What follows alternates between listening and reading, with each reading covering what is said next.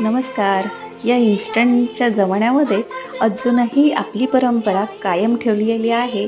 ती म्हणजे आपल्या महाराष्ट्रातच अतिशय सुरेख पद्धतीने हातावर शेवया बनवलेल्या आहेत माझ्या मैत्रिणींनी. तर हा व्हिडिओ तुम्हाला कसा वाटला? मला कमेंट करून नक्की सांगा. आणि अशा सुरेख, सुंदर शेवया मला तर खूप आवडला हा प्रकार, म्हणून मी तुमच्यासोबत शेअर केलेला आहे.